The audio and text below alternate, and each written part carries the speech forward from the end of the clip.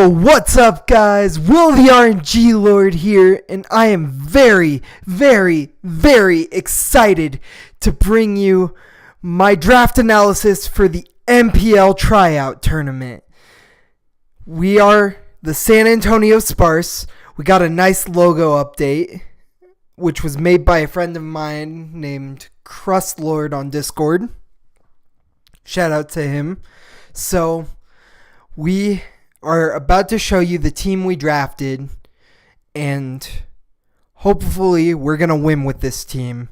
So, each of my Pokemon is named after a friend I wanted to give a shout out to for helping me make it this far, because if most of you know by now, I've been trying to get into the NPL for a very, very long time now. So, all of my Mons are named after friends on Discord that helped me achieve this goal.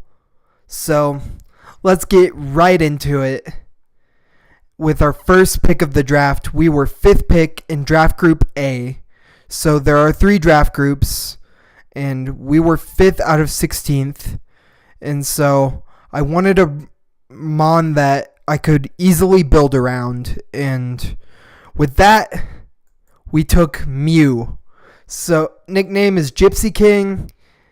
It's a psychic type, and it has so much versatility. Like, I personally love the versatility Mew brings to the table. It gets access to so many moves. It gets access to so many utility moves. It can fill literally every role you want this type of Pokemon to fill. This is exactly what you want with your first pick. You want something where you don't necessarily have to build around it.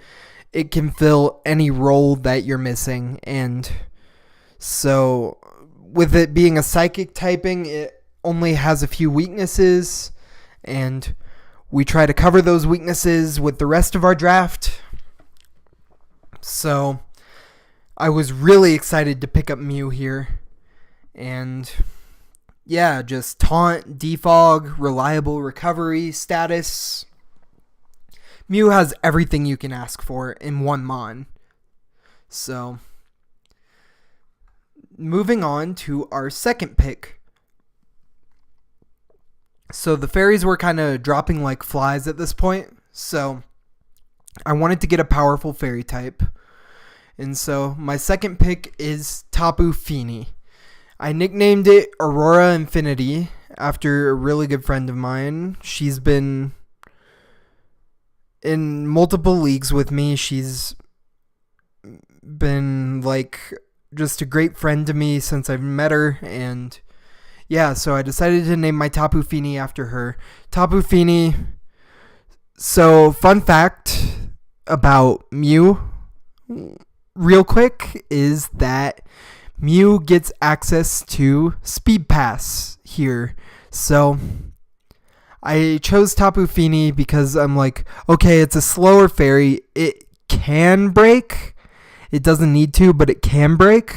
And it can reliably give me defog. And I do have other wish options as well. So, I thought Tapu Fini, probably the best fairy type at this point in the draft left, because like I said, 5th pick and then snake style, so I was late on getting my second Mon, and just a bulky water, a fairy type, another staple for the draft. And yeah, that's all I have to say about Fini. Also gets defog options. The terrain is nice. It prevents Mew and some of the other higher end and lower end, for that matter, on my team from getting statused. And so I really like Fini as a second round pick. And yeah, I'm really happy with it. Next, I picked Mega Kangaskhan here. And so you guys might think it's a little early for it, which I totally understand.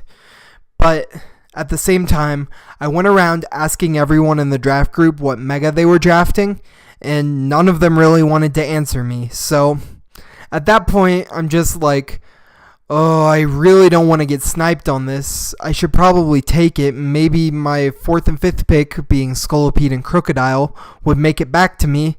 Neither of them did, but I regret taking it this early, but overall, I love Mega Kangaskhan. It is nicknamed Excellent Name after a really good friend of mine. And yeah, Mega Kang, good attack stat, solid defenses, both base 100, base 100 speed, base 105 HP. Very, very, very solid. It is weak to Rocky Helmet, unfortunately. However, I did make sure I grabbed a reasonable amount of knockoff users so that wouldn't be a problem. Moving on to our 4th pick of the draft, Mamoswine. This is nicknamed after my good buddy Aster J, who is already in the NPL, but he won it last season actually. But yeah, Mamoswine. So originally I wanted Crocodile as my ground, but that got taken a little bit before me, and so I was looking at other good ground options round 4, and I'm like, wait, Mamoswine's still there? Okay, I'm going to take this because Ice and Ground are great offensive typings. The Thick Fat ability and the Oblivious ability are both great because Oblivious prevents it from getting taunted, so you 100% get off Stealth Rocks if you choose to bring that set. And it can be a great choice user. I can speed pass into it with Mew. It has access to knockoff. Mamoswine was just a great offensive option that my already kind of bulky team needed to kind of pivot into the more offensive route. And so, yeah, that is Mamoswine. Next we have Alolan Muck. So, I talked about Crocodile and Scolipede. Like I said, I still wanted them both a lot. However, Alolan Muck, named after the stickiest token minority, TTM Sticks, was just one of the best dark types I could probably ask for. It can Pursuit Trap Ghosts for Mew. It can knock off really well. It's one of the best knockoff users in my opinion. It can poison things. It has really good recovery options. Overall, just a great mon. Only one weakness. And yeah, Alolan Muck is overall just a powerhouse. Of course, it is a little bit slow, which is kind of the burden of my team here, but moving on into our next pick, we decided to speed things up a bit.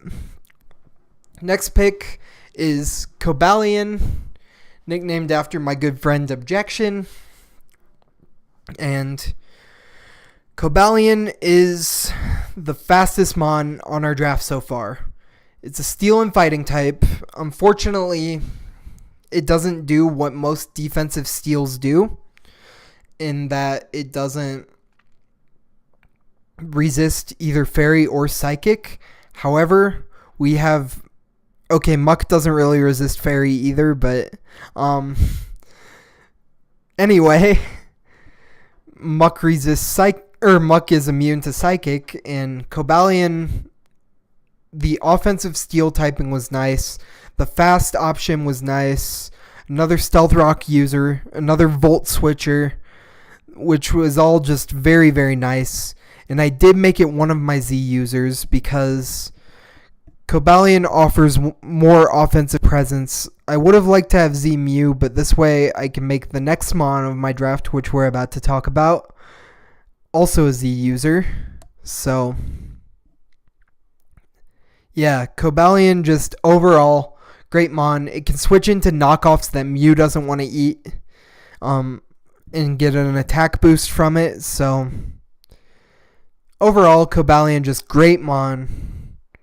Moving on to Talonflame, named after my good buddy 681 Shadow. Actually, one of the people who I have been friends with since the start of my Draft League career. And Talonflame is a fire flying type. it is another really fast mon. The Gale Wings ability is really nice, and as you can see, this is another Z user of ours. So the Z Talonflame gives it like priority supersonic sky strike when it's at full HP, as well as nice utilities such as U-turn and Tailwind and Flare Blitz. And I needed both Flare Blitz isn't a utility move. What am I saying?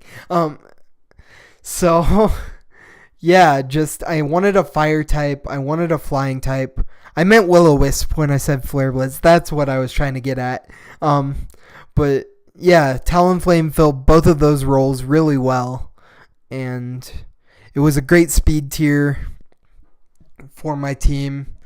And the Tailwind option is always nice with a slower draft like this. Moving on to pick number 8, we have Rotom, named after my good friend Adam the Bee's Knees. So, Rotom was 6 points, and for a mon that Volt Switches and defogs pretty well, that's a pretty good bargain. So, it was also a Ghost and Electric type, which I did not have any of yet. And yeah, Will-O-Wisp, Defog, Pain Split, it gets so many good utility options, as well as things like Hex. So if I poison things with Muck or get Willow Burns on some things, Rotom can just come in and use Hex, which doubles its power if the opponent is statused. So, and actually, fun little fact about Rotom with the terrain is I believe it can still status Pokemon because it itself is not touching the ground. So yeah, that's nice with the misty terrain I have, because I can status other Pokemon. So yeah, that was Rotom.